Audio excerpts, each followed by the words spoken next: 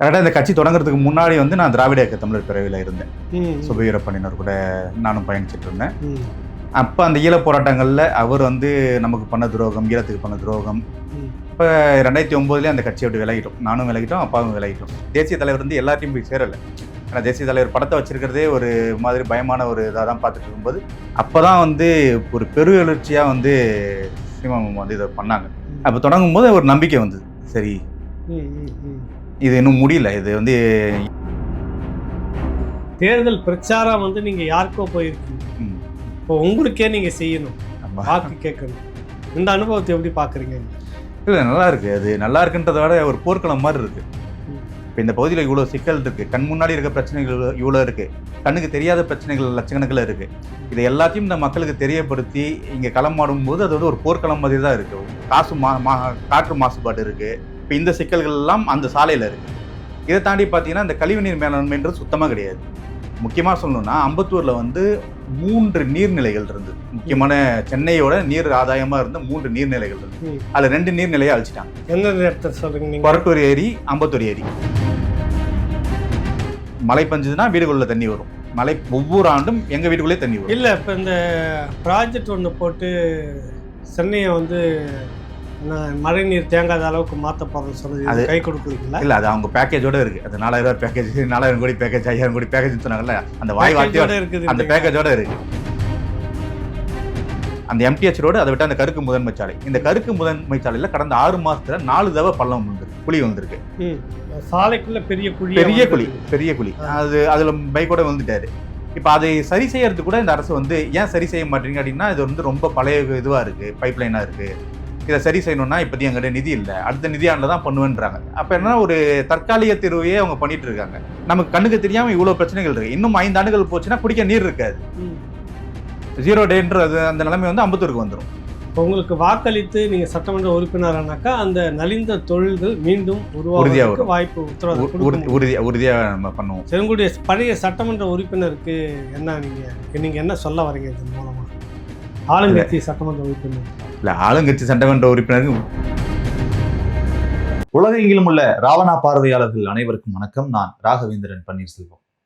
ராவணா வலையொலி சார்பில் சில முக்கிய நிகழ்வுகளை முன்னெடுக்க இருக்கிறோம். அதற்காக உங்களுடைய பங்களிப்பை அளிக்க வேண்டும் என நீங்கள் நினைத்தீர்கள் என்றால் கீழே இருக்கக்கூடிய வங்கி எண்ணிற்கோ அல்லது UPI ஐடிக்கோ உங்களுடைய பங்களிப்பை தாராளமாக செலுத்தலாம். நன்றி. நிகழ்ச்சிக்குள்ள சென்று விடுவோம்.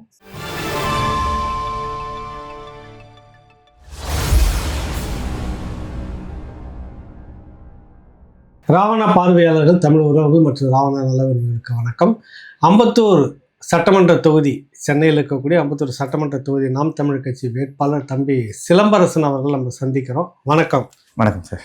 வணக்கம் சிலம்பரசன். காட்சி ஊடக பிரிவு படிப்பு தொடர்ச்சியாக உங்களுடைய தந்தையார் வந்து கட்சிக்குள்ளாக அன்பு தென்னரசு என்று பரவலாக எல்லாரெல்லாம் அறியப்பட்டவர். தொடக்க கால கட்சி நிகழ்ச்சிகள் அந்த ஒரு முழக்கம் ஒன்று போடுவார். ஆமாம், அது வந்து உங்கள் அப்பா தான் தொடர்ந்து அந்த முழக்கத்தை போட்டுன்னு வர்றாரு. சீமான் பேசுவதற்கு முன்பாக அந்த கடைசி நம்பிக்கை அப்படின்னு ஒரு வார்த்தையை சொல்லி கடைசி கையிருப்பு சீமான் அப்படின்னு சொல்லி சட்டமன்ற வேட்பாளருக்கு. முதல்ல உங்களை பற்றி ஒரு அறிமுகம் சொல்லுங்களேன். அதான் சார், நான் வந்து பிறந்ததுலேருந்தே ஒரு தமிழ் தேசியவாதி தான். எங்கள் அப்பா வந்து ஆரம்ப காலத்தில் வந்து திமுக பின்னணியில் இருந்தவர்.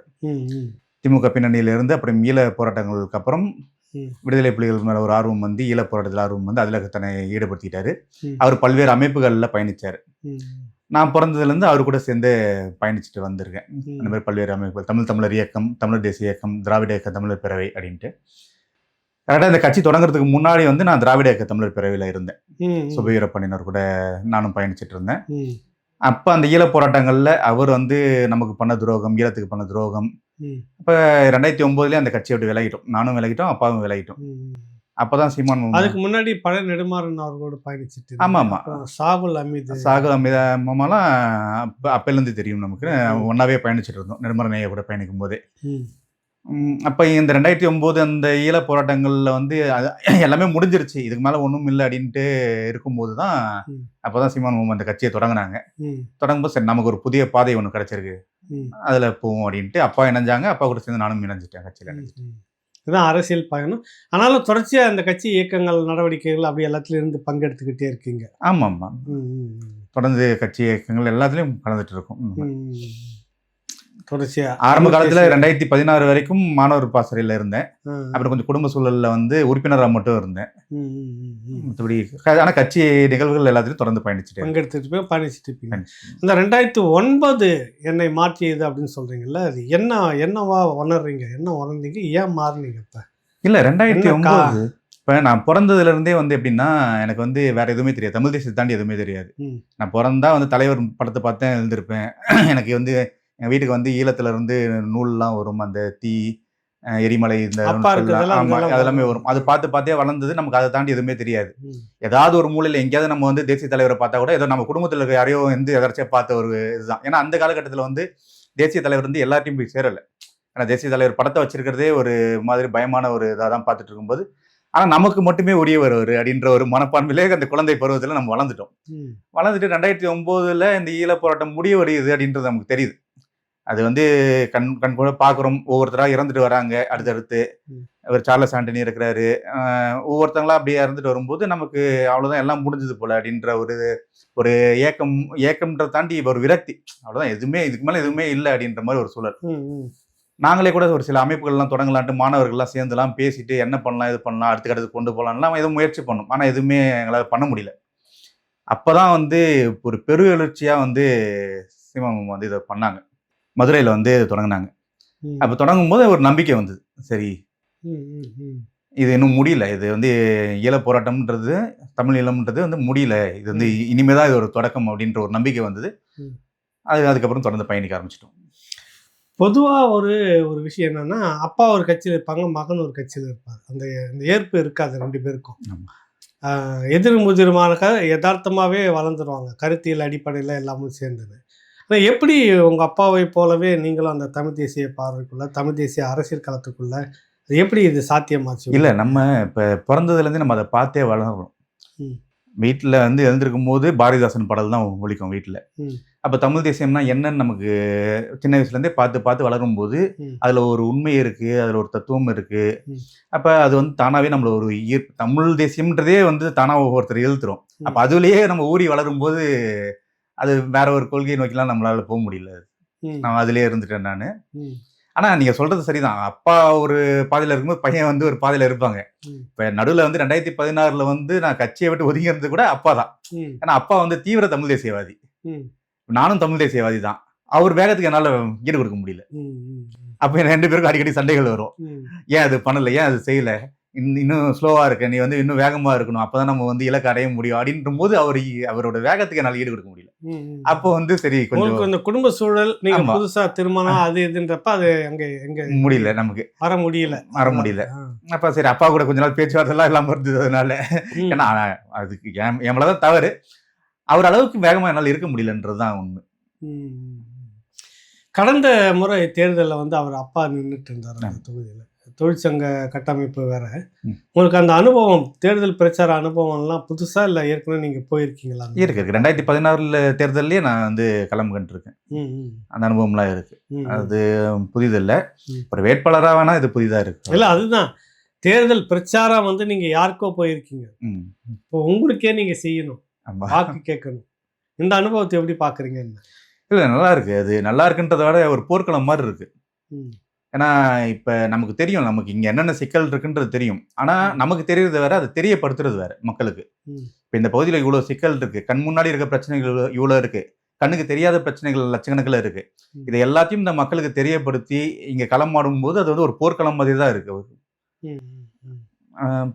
முடிஞ்ச வரையும் முயற்சி பண்ணிட்டு இருக்கோம், முட்டி மோதி பண்ணிட்டு இருக்கோம். ஆனால் சிறப்பாக தான் இருக்கு. சிறப்பாக தான் இருக்கு. இப்போ தொகுதி அம்பத்தூர் தொகுதினா முழுக்க ஒரு இண்டஸ்ட்ரியல் ஏரியா, தொழில் நகரம். அந்த தொகுதியை பற்றி உங்களுக்கு ஏதாவது தகவல் எடுத்து வச்சிருக்கீங்களா? என்ன நீங்கள் வந்து என்ன செய்ய போகிறீங்க அந்த தொகுதியில்? இதுக்கு முன்னாடி இருந்தவர்கள் என்னவா வச்சிருக்கிறாங்க? பல கேள்வி இருக்குது. ஆமாம், இப்போ அது வந்து நீங்கள் சொன்ன மாதிரி ஒரு தொழில் நகரம் தான் அது. இப்போ இந்த தொழில் நகரத்தில் பார்த்தீங்கன்னா பல்வேறு சிக்கல்கள் இருக்கு. முதல் சிக்கல் அப்படின்னு நம்ம பார்த்தோம்னா, அங்கே வந்து சாலை ஒரு மிகப்பெரிய பிரச்சனை. நீங்கள் பார்த்தீங்கன்னா அங்கே MTH ரோடு அப்படின்னு சொல்லுவாங்க, அந்த சென்னை திருத்தணி ஹைவே அப்படின்னு சொல்லுவாங்க. அந்த ரோடு பார்த்தீங்கன்னா அம்பத்தூர் ரயில்வே பாதை இருக்கிறதுல ஒரு பாலம் ஒன்று இருக்கு. இந்த பாலம் மட்டும் பார்த்தீங்கன்னா ஒரு பாட்டில் நெக் மாதிரி இருக்கும். அந்த பாலத்துக்கு இந்த பக்கமும் அகலமா இருக்கும் ரோடு, அந்த பக்கமும் அகலமா இருக்கும். அந்த பாலம் மட்டும் குறுகிய பாலமாவே இருக்கு. அது வந்து 2 முறையும் நாங்க வந்து ஒரு கோரிக்கையை வைக்கிறோம், அந்த பாலத்தை வந்து அகலமாக்குங்கன்ட்டு. இதுவரையும் எந்த ஒரு முயற்சியும் அந்த பாலத்தை அகலமாக்குறது இல்லை. அப்ப பார்க்கும்போது எல்லாமே அந்த இடத்துல போய் சேர்ந்துருது. அப்போ ஒரு அரை மணி நேரம் 1 மணி நேரம் ஒரு காலதாமதம் ஆகுது. அதனால ஏற்படக்கூடிய இப்போ வாகனங்களோட எரிபொருள் அந்த விரயம் இருக்கு, காற்று மாசுபாடு இருக்கு. இப்போ இந்த சிக்கல்கள் எல்லாம் அந்த சாலையில இருக்கு. இதை தாண்டி பார்த்தீங்கன்னா இந்த கழிவுநீர் மேலாண்மைன்றது சுத்தமா கிடையாது. முக்கியமா சொல்லணும்னா அம்பத்தூர்ல வந்து 3 நீர்நிலைகள் இருந்தது. முக்கியமான சென்னையோட நீர் ஆதாயமா இருந்த 3 நீர்நிலைகள் இருந்தது. அதுல 2 நீர்நிலையை அழிச்சிட்டாங்க. எந்தெந்த இடத்துல சொல்றீங்க நீங்க? கொரட்டூர் ஏரி, அம்பத்தூர் ஏரி. இந்த 2 ஏரியும் இப்ப குடிக்கிறதுக்கு தகுந்த நீரா இல்ல. இப்ப அதை தாண்டி புழல் ஏரி மட்டும்தான் அங்க இருக்கு குடிக்கிறதுக்கு குடிநீர். அதுலயும் வந்து இந்த மெட்ரோ நிறுவனம் வந்து என்ன பண்ணுதுன்னா கழிவுநீர் கலந்துகிட்டே இருக்காங்க. நடுவுல கூட அறப்போர் இயக்கம் அதுக்காக போராடினாங்க. நாங்களும் அதுல போய் பார்த்தோம். வேணும்னே பண்றாங்க. அதை சுத்திகரிக்கிறதுக்கான ஒரு சுத்திகரிப்பு சாதனங்கள் எதுவுமே இல்லாம அந்த கழிவு நீரை வந்து அந்த ஏரியில கலந்து விட்டுறாங்க. அந்த ஏரி தண்ணியை இன்னும் மக்கள் குடிச்சிட்டு இருக்காங்க. இப்ப அம்பத்தூர் ஏரியும் குடிக்கிற நிலைமையில இல்ல, கொரட்டூர் ஏரியும் குடிக்கிற நிலைமையில இல்ல. இப்ப இருக்கிறது அந்த ஒரு ஏரி தான். அந்த ஒரு ஏரி தான் ஒட்டுமொத்த சென்னைக்கும் நீர் ஆதாரமா இருக்கு. இப்ப அதையும் அழிக்கிற சூழல் வந்து வந்துட்டு இருக்கு. இதை தாண்டி பாத்தீங்கன்னா மழைநீர் வடிகால்ன்றது சுத்தமா கிடையாதுங்க. மழை பெஞ்சதுன்னா வீடுகளில் தண்ணி வரும். ஒவ்வொரு ஆண்டும் எங்க வீட்டுக்குள்ளே தண்ணி வரும். இல்ல இப்ப இந்த ப்ராஜெக்ட் ஒண்ணு போட்டு சென்னையை வந்து மழை நீர் தேங்காத அளவுக்கு மாத்த போறோம்னு சொன்னது அது கை கொடுக்கலீங்களா? இல்ல, அது அவங்க பேக்கேஜோட இருக்கு. அது 4000 ரூபாய் பேக்கேஜ், 4000 கோடி பேக்கேஜ், 5000 கோடி பேக்கேஜ் சொன்னாங்கல்ல, அந்த வாய் வார்த்தையோட இருக்குது. அந்த பேக்கேஜோட இருக்கு. ஏன்னா ஒவ்வொரு ஆண்டும் மழை பெய்யும் போது எங்க வீட்டுக்குள்ளே தண்ணி வருது. நாங்க ஒவ்வொரு ஆண்டும் பணம் எடுத்து வைப்போம். நாங்க போயிட்டு அங்க இருக்க ஏஐ கிட்ட பேசுவோம், மனு கொடுத்து பார்ப்போம். அது வந்து என்னன்னா ஒரு 2 நாள் 3 நாள் இருந்துட்டு அதுவா போயிடும்ன்ற மனநிலையில அவங்களும் விட்டுருவாங்க. இந்த சிக்கல் இருக்கு. மழை நீர் இருங்க, அது தானா போயிடும், அவ்வளவுதான். இப்ப கூட சமீபத்துல எங்களுக்கு வந்து ஒரு மாதத்துக்கு முன்னாடி பாத்தீங்கன்னா அங்க முக்கியமான சாலை ஒண்ணு, கருக்கு முதன்மை சாலை இருக்கு. அந்த எம்டிஎச் ரோடு, அதை விட்டு அந்த கருக்கு முதன்மை சாலை. இந்த கருக்கு முதன்மை சாலையில கடந்த 6 மாசத்துல 4 தடவை பள்ளம் விழுந்திருக்கு, குழி விழுந்திருக்கு. அதுல முதல் தடவை குழி விழும்போது ஒரு பைக்கோட ஒரு நபர் வந்து உள்ளே விழுந்துட்டாரு. சாலைக்குள்ள பெரிய குழி. அதுல பைக்கோட விழுந்துட்டாரு. இப்ப அதை சரி செய்யறது கூட இந்த அரசு வந்து ஏன் சரி செய்ய மாட்டீங்க அப்படின்னா, இது வந்து ரொம்ப பழைய இதுவா இருக்கு, பைப் லைனா இருக்கு. இதை சரி செய்யணும்னா இப்போதைக்கு எங்கிட்ட நிதி இல்லை, அடுத்த நிதியாண்டில் தான் பண்ணுவேன்றாங்க. அப்ப என்ன ஒரு தற்காலிக தீர்வையே அவங்க பண்ணிட்டு இருக்காங்க. அதனால தொடர்ந்து 4 தடவை அந்த சாலையில குழி வந்திருக்கு. இப்ப சாலை மேலாண்மை சுத்தமா கிடையாது, கழிவுநீர் மேலாண்மை கிடையாது, மழைநீர் வடிகால் கிடையாது. இப்ப இதையெல்லாம் சரி பண்ணணும்ன்றது ஒரு சிக்கல். இதை தாண்டி தொழிற்பேட்டை, அது வந்து தொழில் நகரம். இப்ப தொழில் நகரம்னாலே விபத்துகள் சாதாரணமா நடக்கும்.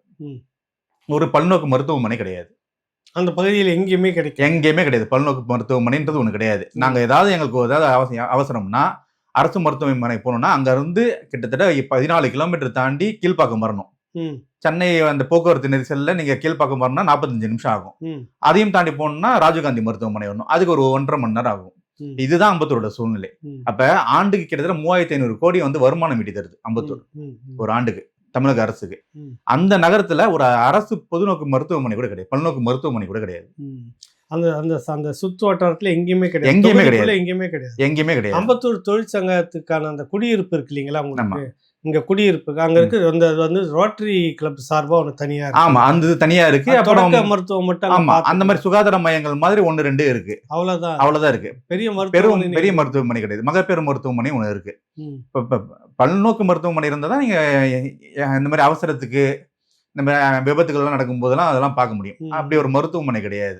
சென்னை புறநகர் பகுதின்றப்ப நீங்க சொல்ற மாதிரி இந்த மாதிரி மேற்கு நோக்கி ஒரு மருத்துவமனை கட்டாயம் அவசியம் வேணும். ஆனா அது இல்லை, அங்க இல்லை. அதே மாதிரி பாத்தீங்கன்னா ஆண்களுக்கான உயர்நிலை பள்ளி கிடையாது. இப்ப நான் வந்து 11வது 12வது படிக்கணும்னா அங்க இருக்க மாணவர்கள் படிக்கணும்னா அங்க இருந்து வில்லிவாக்கு வரணும், இல்லைன்னா புழல் போகணும், இல்லைன்னா ஆவடி போகணும். அப்ப அரசு பள்ளி கிடையாது அங்க 11வது 12வதுக்கு. அதுக்குன்னு நிலம் ஒதுக்கிட்டாங்க. அம்பத்தூர் அந்த தொகுதி வட்டாரத்துல இந்த பள்ளி இல்லவே இல்ல. பெண்கள் மகளிர் மேல்நிலை பள்ளி இல்ல, மேல்நிலை பள்ளி இல்ல. அங்க வந்து ஒரு கவர்மெண்ட் எய்டட் ஸ்கூல் ஒண்ணு, ராமசாமி முதலியார்னு ஒரு பள்ளி ஒண்ணு இருக்கு. அதுலயும் குலுக்கல் முறையில ஒரு 300 பசங்களை எடுக்கிறாங்க. அப்ப கிட்டத்தட்ட ஒரு 10 லட்சம் 15 லட்சம் மாணவர்கள் இருக்கக்கூடிய பகுதியில நீங்க ஒரு 300 மாணவர்கள் தான் அங்க அந்த பள்ளியில படிக்க முடியும். மீதி பேர் வந்து புழலுக்கு போகணும். ஆவடி போகணும். எத்தனை கிலோமீட்டர் அது? புழல் வந்து 7 கிலோமீட்டர். ஆவடி வந்து உங்களுக்கு அங்க இருந்து ஒரு 6 கிலோமீட்டர் இருக்கு. இல்லன்னா இந்த பக்கம் வில்லிவாக்கு வரணும். இதுவும் கிட்டத்தட்ட ஒரு 6-7 கிலோமீட்டர் 6-7 கிலோமீட்டர் வரணும். இப்ப பள்ளி கட்டுறதுக்கான இடத்தையும் ஒதுக்கிட்டாங்க அத்திப்பட்டுல. ஆனா கிட்டத்தட்ட 10 ஆண்டுகளா அதை எந்த ஒரு நடவடிக்கையும் எடுக்கல. இல்ல என்ன காரணம்? அத்திப்பட்டுல இடம் ஒதுக்கியாச்சு. இடம் ஒதுக்கியாச்சு. அது கட்டுறதுக்கு பணம் இல்லையா? 10 வருஷமாவும் இல்லையா? இல்ல, அதுக்கான முயற்சி எடுக்கல இவங்க. அது வந்து என்னன்னா, ஒவ்வொரு ஆண்டும் தேர்தல் அப்ப வந்து அவங்க வந்து ஒரு இதுவா சொல்லுவாங்களே தவிர, வாக்குறுதியா கொடுப்பாங்களே தவிர, தேர்தலுக்கு அப்புறம் அவங்க மறந்துடுவாங்க. அது வந்து ஒரு இது கொடுத்த வாக்குறுதி நிறைவேற்றணும்ன்ற அந்த எண்ணம்லாம் அவங்களுக்கு கிடையாது. இது வரைக்கும் கிடையாது. இது வரைக்கும் அவங்க ஒரு தொகுதிக்குள்ள இப்ப நீங்கெல்லாம் பிரச்சாரத்துக்காக போகும்போது உங்ககிட்ட கோரிக்கை வச்சிருப்பாங்க முன்னாடி, கரெக்டுங்களா? ஆமா. நாங்க அதிகாரத்துக்கு வந்து அதை செய்யறோம்னு நீங்க சொல்லி இருப்பீங்க. இப்ப திமுக ஆளுங்கட்சியாக அங்க இருந்துகிட்டு இருக்காங்க. ஆளுங்கட்சி வேட்பாளர் தான் அங்க இருந்துட்டு இருக்காங்க.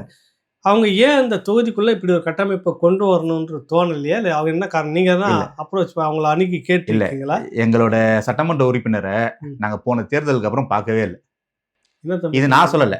இல்ல அதாவது நாம் தமிழர் கட்சி வேட்பாளராவோ இல்ல உறுப்பினராவோ சொல்லல. எங்களோட மக்கள் சொல்ற ஒரே வார்த்தை, போன தேர்தலுக்கு அப்புறம் எங்க சட்டமன்ற உறுப்பினரை யாரும் பார்த்தது கிடையாது. தொகுதிக்குள்ள பார்க்கவே இல்லை. தொகுதிக்குள்ள பார்த்தது சட்டமன்ற தொகுதி வேட்பாளர் பேரு அவர் பேர் ஜோசப் சாமுவேல், சட்டமன்ற உறுப்பினர் ஜோசப் சாமுவேல வந்து யாருமே பார்த்தது கிடையாது. இன்ன வரைக்கும் பார்க்கல. நீங்களும் பார்க்கல? நானும் பார்க்கல. அங்க வந்து அப்படி ஒரு சிக்கல் இருக்கு. நான் இந்த சாலையில ஒரு பெரிய பள்ளம் வருதுன்னு சொன்னேன் பாத்தீங்களா? அது வந்து ஒரு மிகப்பெரிய பள்ளம். அது வந்து அதாவது முக்கிய ஒரு முதன்மை சாலை. அது கிட்டத்தட்ட ஒரு நாளைக்கு லட்சக்கணக்கான வாகனங்கள் போயிட்டு வர சாலை. அதுல அந்த பகுதிகளில் கிட்டத்தட்ட ஒரு 10-15 கடைகள் இருக்கு. அந்த கடைகளுக்கு ஒரு மாசம் வணிகம் பாதிப்பு. அப்ப அவங்க வாடகை கொடுக்கணும், இது பண்ணணும், அவங்களோட குடும்பத்தை பார்க்கணும். அது ஒரு சிக்கல். அந்த சாலை பாதிக்கப்பட்டதுல கழிவு நீர் வந்து அங்க சுத்தி இருக்க மாதவி நகர்னு நினைக்கிறேன், மாதவி நகர், நாராயண நகர்ல எல்லாம் வந்து தண்ணி உள்ள பூந்துருச்சு. எதை பத்தியும் கவலைப்படல அந்த சட்டமன்ற உறுப்பினர். யாரையும் வந்து சந்திக்கல. இல்ல வந்து அந்த இடத்த பார்வையிட்டு எதுவுமே பண்ணல. பார்வையிட்டு அவங்க வந்து அரசு அதிகாரிகிட்ட விரைவாக நடத்த சொல்லி இதை எப்ப முடியும், மக்களுக்கு ஒரு வாக்குறுதி கொடுத்து கூட நின்று எதையுமே செய்யல. அங்க கொடுமை என்னன்னா, ஒரு வீட்டுல வந்து ஒரு 85 வயசு ஒரு மூதாட்டி இருக்காங்க, அவங்க கணவரும் இருக்காங்க. அந்த வீட்டுக்குள்ள போறதுக்கு வந்து கழிவுநீர் வந்து கிட்டத்தட்ட வந்து முட்டி அளவுக்கு நிக்குது. அவங்க என்ன செய்யணும்னா, அங்க இருந்து ஒரு 1/2 கிலோமீட்டர் அப்படி சுத்திட்டு வந்து அவங்க பின்னாடி வீட்டுக்கு பக்கத்துல சேரை போட்டு அவங்க செவுத்துல ஏறி உள்ள குதிச்சு உள்ள போகணும். இப்படி ஒரு சூழல் ஒரு வாரமா இருந்தது. இதே நிலைமை இந்த சட்டமன்ற உறுப்பினர் வீட்லயோ இல்ல அங்க இருக்க மாமன்ற உறுப்பினர் வீட்லயோ இருந்ததுன்னா அவங்க விட்டுருப்பாங்களா? இதுதான் அம்பத்தூர் நிலைமை. பாமர மக்களுக்கு ஒரு நிலைப்பாடா இருக்குது, அந்த சட்டமன்ற உறுப்பினருக்கு ஒரு நிலைப்பாடு. நாங்க போராட்டம் பண்ணி எங்க காதுக்கு செய்தியை வந்து நாங்க போராட்டம் பண்ணி அதுக்கப்புறம் அந்த தண்ணியெல்லாம் கழிவுநீர் எல்லாம் அப்புறப்படுத்தினாங்க. இப்ப வளர்ந்திருக்கக்கூடிய இந்த இதுல வந்து பாத்தீங்கன்னா இத்தனை 1000 கோடியை நாங்க ஒதுக்கி இருக்கிறோம். 4000 கோடி பட்ஜெட் ஒரு பக்கம், நாங்கள் அப்புறம் வளர்ச்சி திட்டங்களும் தனியாக நிறைய கொண்டு வந்திருப்பாங்க. இப்படியான திட்டங்கள் ஒன்று கூட அம்பத்தூர் சட்டமன்ற தொகுதிக்குள்ளே ஒன்று கூட நடைமுறைக்கு வரலைங்களா? இல்லை, இவங்களோட வளர்ச்சி திட்டங்கள்லாம் எப்படி இருக்குன்னா, தொழில் சார்ந்து நாங்கள் பண்ணுறோம் அப்படின்னு சொல்கிறாங்க. நாங்கள் இந்த அளவுக்கு இன்வெஸ்ட்மெண்ட்டுக்குள்ளே கொண்டு வரோம், தொழில் வளர்ச்சியை கொண்டு வரோம் அப்படின்ட்டாங்க. இப்போ தொழில் வளர்ச்சி அது வந்து பேரளவில் இருக்குது. அவங்க உண்மையாக என்ன கொண்டு வந்தாங்கன்றது வெளிப்படையாக எங்களுக்கு தெரியல. அப்படியே இவங்க தொழில் சார்ந்து கொண்டு வந்தா கூட என்ன சிக்கல்னா, நீங்க வந்து இப்ப அங்க வந்து ஒரு டேட்டா சென்டர் கிட்டத்தட்ட வந்து ஒரு 3 பெரிய பெரிய டேட்டா சென்டர் இருக்கு அங்க. அந்த ஒவ்வொரு டேட்டா சென்டருக்கும் ஆண்டுக்கு வந்து 540 கோடி லிட்டர் நீர் வந்து அதை வந்து அந்த சர்வர் வந்து குளுமையா வச்சுக்கிறதுக்கு தேவைப்படுது. இப்ப அம்பத்தூர்ல கிட்டத்தட்ட வந்து 50,000 குடும்பங்கள் இருக்கு. அதாவது கிட்டத்தட்ட ஓட்டு மட்டுமே 1 லட்சம் குடும்பங்கள் இருக்கு. ஓட்டு மட்டும் 3 லட்சம் ஓட்டு இருக்கு. அப்ப இந்த டேட்டா சென்டர்ல வேலை செய்யறது பாத்தீங்கன்னா ஒரு 3000 பேர் வேலை செய்வாங்க. அதுலயும் பாதி பேர் வந்து பிற மாநிலத்தவர். அப்ப இந்த 3000 பேருக்கு இவங்க வேலை கொடுக்குறன்ற பேர்ல 1 லட்சம் பேருக்கான நிலத்தடி நீரை வீணாக்கிட்டு இருக்காங்க. இப்ப இந்த நிலத்தடி நீர் என்னன்னா, உலக சுகாதார அமைப்பு வந்து சொல்லக்கூடிய அளவு இருக்குல்ல, சுத்தமான அளவுன்ட்டு, அதை விட 9 மடங்கு மாசுபட்டு இருக்கு அம்பத்தூர்ல. அது காரணம் இந்த தண்ணி இல்ல. அது காரணம் என்ன, இருக்கிற தண்ணி எல்லாம் உறிஞ்சு இப்ப இதுக்கு பயன்படுத்திட்டு இருக்காங்க. இதுதான் நான் சொன்னேன், இப்ப மறைமுகமா இவ்வளவு பிரச்சனைகள் இருக்கு. கண்ணெதிர்க்க சாலை, மருத்துவமனை, பள்ளின்ற பிரச்சனைகள் இருக்குன்னா, நமக்கு கண்ணுக்கு தெரியாம இவ்வளவு பிரச்சனைகள் இருக்கு. இன்னும் 5 ஆண்டுகள் போச்சுன்னா குடிக்க நீர் இருக்காது. 0 டேன்றது அந்த நிலைமை வந்து அம்பத்தூருக்கு வந்துடும். சவுத் ஆப்பிரிக்கால கேப்டவுன்ல எப்படி நடந்ததோ அதே மாதிரி நாங்களும் கேன தூக்கிட்டு ஓடணும். தண்ணி எங்க இருக்கு. இப்பவே நகரங்கள்ல கோடை காலங்கள்ல ஓட தொடங்குறாங்க தான். குறிப்பா அம்பத்தூர் தொழில் நகரம், தொழில் வளர்ச்சி, அது அங்க இருக்கக்கூடிய சிறு குறு தொழில் இருக்குல்ல, அது எந்த மாதிரி இருக்குது? நிறைய பேர் வந்து கடந்த முறை ஒரு பெருவெள்ளம் வந்தப்ப எங்களால் திரும்ப மீள முடியல. அப்புறம் அரசு அதுக்கு உண்டான நிவாரண உதவிகளை எதுவும் எங்களுக்கு செய்யலை. ஒவ்வொருத்தர் குறைஞ்சது ஒரு 50 கோடி 100 கோடி வச்சிருந்தவங்களாம் முழுகி போனது. ஆமா. அதோட போனவங்க தான் நாங்கள் திரும்ப எங்களால் அரசும் கை கொடுக்கல, வங்கியும் லோன் தரல அப்படின்லாம் சொல்லி நிறைய பேட்டிகள் வந்திருந்தது. இப்போ அந்த பகுதிக்குள்ளே நீங்கள் இருக்கிறீங்க, இந்த பிரச்சனை எப்படி அணுக போகிறீங்க நீங்கள்? இல்லை, இப்போ நான் முதல்ல நாங்கள் பார்க்கும்போது அந்த சிறு வயதில் பார்க்கும்போது பல்வேறு சின்ன சின்ன தொழிற்சாலைகள் அங்கே இருந்தது உண்மை. இப்போ அதெல்லாமே வந்து மூடிடுச்சு. அந்த நிலைமை தான் இருக்குது. இப்போ அதுக்கான தீர்வு என்னன்றது வந்து இப்போ அந்த அரசு தான் அதுக்கான தீர்வு கொண்டு வரணும். தமிழக அரசு தான் அதுக்கான தீர்வு கொண்டு வரணும். இவங்களுக்கான இவங்க அந்த தொழிலை தொடர்ந்து நடத்துறதுக்கான என்னென்ன அணுகுமுறைகள் ஆமாம், அது சார்ந்த வந்து அவங்களுக்கு அந்த லோன் இது வங்கி கடனாக இருக்கட்டும், இல்லை அவங்க அந்த வளர்ச்சிக்கு உதவுற மாதிரி திட்டங்களாக இருக்கட்டும், இதெல்லாம் வந்து இந்த அரசு கொண்டு வந்துடணும். இதுவரையும் அந்த அரசு எதுவும் கொண்டு வரல. இப்போ நம்ம வந்தோம்னா அவங்கள சந்திச்சு அவங்களுக்கு என்னென்ன பிரச்சனைகள் இருக்கு, நம்மளால என்ன பண்ண முடியும், அவங்க கிட்ட பேசி நம்மளால செய்ய முடிஞ்சதை நம்ம உறுதியாக நம்ம செய்வோம். இப்போ உங்களுக்கு வாக்களித்து நீங்கள் சட்டமன்ற உறுப்பினரானாக்கா அந்த நலிந்த தொழில்கள் மீண்டும் உருவாக வாய்ப்பு உறுதியாக நம்ம பண்ணுவோம். செங்கோடைய பழைய சட்டமன்ற உறுப்பினருக்கு என்ன நீங்கள் என்ன சொல்ல வரீங்க இதன் மூலமா? ஆளுங்கட்சி சட்டமன்ற உறுப்பினர் இல்லை, ஆளுங்கட்சி சட்டமன்ற உறுப்பினருக்கு தயவு செஞ்சு மக்களை வந்து சந்திங்க. மக்களுக்கு என்ன பிரச்சனை இருக்குன்னு பாருங்க. நீங்க வந்து மக்களை அந்த கோவிட் டைம்ல கொரோனாக்கு முன்னாடி உங்களை சந்திச்சது, அதுக்கப்புறம் உங்களை சந்திக்கல. நீங்க கொரோனா வச்சுக்கிட்டு நீங்க அந்த டைம்ல வந்து அதை சொல்லியே நீங்க வெற்றி பெற்றீங்க. மக்களை வந்து சந்திங்க. இங்க மக்கள் பல்வேறு பிரச்சனைகள் இருக்கு. முக்கியமா குடிநீர் பிரச்சனை நிறைய இருக்கு. இன்னும் லாரிகள்ல தண்ணி வாங்கி குடிக்கிற நிலைமை தான் மக்கள்கிட்ட இருக்கு. இந்த குடிநீருக்கு மக்களுக்கு இலவசமா குடிநீர் கிடைக்கிறதுக்கு ஏதாவது ஒரு வழிவகை செய்யுங்க. அதை தாண்டி வந்து ஆளுங்கட்சி சட்டமன்ற உறுப்பினர் தானே அவரு? கூட்டணி கட்சிங்களா? ஆளுங்கட்சி திமுக. அப்படி இருக்கப்ப குறைஞ்சது நல்லது கெட்டதுக்கு நிறைய வருவாங்களே எல்லா ஏரியாவுக்கும். இல்ல, அதுதான் நான் எனக்கே அதிர்ச்சியான செய்தி தான் இது. ஏன்னா பொதுவா வந்து இருக்கிறத தக்க வச்சுக்கிறதுக்காக நாங்க வேலை செய்யற மாதிரியே அதை காமிச்சுப்பாங்க. நாங்க இங்க இருக்கோம், உங்களுக்காக நிக்கிறோம், நாங்க வேலை செய்யறோம்னு காமிச்சுப்பாங்க. அது செய்யறாங்களோ இல்லையோ, அந்த அளவு கூட இவர் பண்ணல. சுத்தமா வெளியில வரல. என்ன காரணமா இருக்கும் அவர் வெளியே வராததுக்கு? இல்ல, கிட்டத்தட்ட நிறைய சட்டமன்ற உறுப்பினர் இருக்கிறாங்க. இல்ல, அது அவரோட தனிப்பட்ட ஏதோ நல்லது கெட்டதுக்கு ஒரு ஏதோ ஒரு போய் நிப்பாங்க. அங்க ஒரு திருமணமா போய் நிப்பாங்க தொகுதிக்குள்ள. அவர் கட்சி மாற்று கட்சியாக இருந்தாலும் கூட போய் ஜனரஞ்சகமா இருக்கணும் எல்லாரும் கூட அப்படின்னு காட்டிக்குவாங்க. வாரத்துல ஒரு நாள் அந்த பஜார்ல அப்படியே நடந்து விசிட் போய் என்னப்பா உங்களுக்கு பிரச்சனை குறை அப்படி என்ன இருக்குதா என்னன்னு கேட்பாங்க. அப்படி எதுவும் நடக்கலன்றீங்களா? எனக்கு தெரிஞ்சு எதுவும் நடக்கல. நான் கேட்ட வரைக்கும் எதுவும் நடக்கல. மக்கள்கிட்ட நான் சந்திச்சு பேசின வரைக்கும் எதுவுமே நடக்கல. அவ்வளோ நான் தான் சொல்றேன், அவ்வளோ பெரிய சிக்கல் இருக்கும் போதே வந்து நிக்கல. அந்த அளவுக்கு பெரிய ஒரு சிக்கல் இருக்கும் போதே வந்து அவர் வந்து நிக்கல. ஏன் நீங்க ஏன் நிக்கல? இல்ல, எனக்கு தெரிஞ்சு அவர் இது போதுன்னு நினைச்சிட்டாருன்னு தெரியல. இந்த இதோட ஆட்சி போதுன்னு நினைச்சிட்டாருன்னு தெரியல. ஏன்னா குறைஞ்சபட்சம் அந்த ஒரு பயமாவது இருக்கும்ல, நம்ம அடுத்த முறை வெற்றி பெறணும், மக்களை சந்திச்சாதான் நமக்கான ஓட்டு கிடைக்கும், அடுத்த முறை வெற்றி பெறணும், அந்த ஒரு பயம் கூட அவர்கிட்ட இல்லை. நீங்க என்ன உத்தரவாதம் தரீங்க இந்த மக்களுக்கு, உங்க தொகுதி மக்களுக்கு? அம்பத்தூர் சட்டமன்ற என்னை பொறுத்த வரைக்கும் நான் வந்து இங்க வந்தேன்னா முடிஞ்ச வரைக்கும் குடிநீரை வந்து இந்த மக்களுக்கு வந்து இலவசமா கொடுக்கணும். ஏன்னா அது ஒரு மிகப்பெரிய ஒரு சிக்கலா இருக்கு. ஆண்டுக்கு கிட்டத்தட்ட ஒரு 10,000 ரூபாய் செலவு பண்ணி தான் குடிநீர் பெறக்கூடிய ஒரு சூழல்ல தான் மக்கள் இருக்காங்க. குடிநீரை குடும்பமும் ஒவ்வொரு குடும்பமும் ஒரு நாளைக்கு 30 ரூபா வீதம் வச்சிங்கனாலே கிட்டத்தட்ட 5 ஆண்டுகள் 54,000 ரூபாய் செலவு பண்ற நிலைமையில இருக்கு. அதை பண்ணணும். அங்க அத்திப்பட்டுல அந்த அரசு பள்ளியை வந்து கட்டணும். அரசு பள்ளிகளை வந்து அரசு பள்ளியை கட்டி மாணவர்கள் இலவசமா படிக்கிறதுக்கு தரமான ஒரு பள்ளியை வந்து அந்த இடத்துல உருவாக்கணும். கழிவுநீர் மேலாண்மை முக்கியமா பண்ணணும். அந்த இருக்கிற நீர்நிலைகளையாவது பாதுகாக்கணும். 2 ஏரிகளை விட்டுட்டோம், முழுசா விட்டுட்டோம். அந்த 3வது இந்த புல் ஏரியாவது பாதிக்காம இருக்கிறதுக்கான நீர் மேலாண்மையை வந்து செய்யணும். இது வந்து முக்கிய இதுவா இருக்கு. அதை தாண்டி நீங்க சொன்ன மாதிரி அந்த கொரட்டூர் ஏரியும் இன்னொரு அம்பத்தூர் ஏரின்னு சொன்னீங்க, ரெண்டும் திரும்ப மீண்டும் குடிநீர் மாற்றுவதற்கான முயற்சி திட்டங்கள் என்ன வச்சிருக்கீங்களா? இல்ல, இப்ப நம்ம என்ன பண்ணாலும் அதை வந்து உடனே வந்து குடிநீரா மாற்ற முடியாது. அந்த நீர்ல வந்து கழிவுநீர், அந்த ஏரியா கழிவுநீர் சேராம தடுத்துட்டோம்னா நிலத்தடி நீரை பாதுகாக்கலாம். ஏன்னா அதுல கலந்த கழிவுகள் எல்லாம் தொழிற்சாலை கழிவுகள். அது வந்து அதை சரி பண்றதுக்கு இன்னும் எத்தனை வருஷம் ஆகும்னு நமக்கு தெரியாது. அப்ப நம்ம என்ன முடிஞ்ச வரையும் அந்த ஏரிகளை தூர்வாரி அந்த ஏரிகள்ல வந்து வேற கழிவுநீர் கலக்காம நம்ம தடுத்து நிலத்தடி நீரை வந்து உயர்த்துறதுக்கான வழிவகை செய்யலாம். நம்மளால அது செய்ய முடியும். நல்லது. ஒரு முதல் சந்திப்பு இது. தொடர்ந்து நம்ம களத்தில் சந்திப்போம் 2வது முறையாக. நன்றி. நன்றிங்க தம்பி. நன்றி.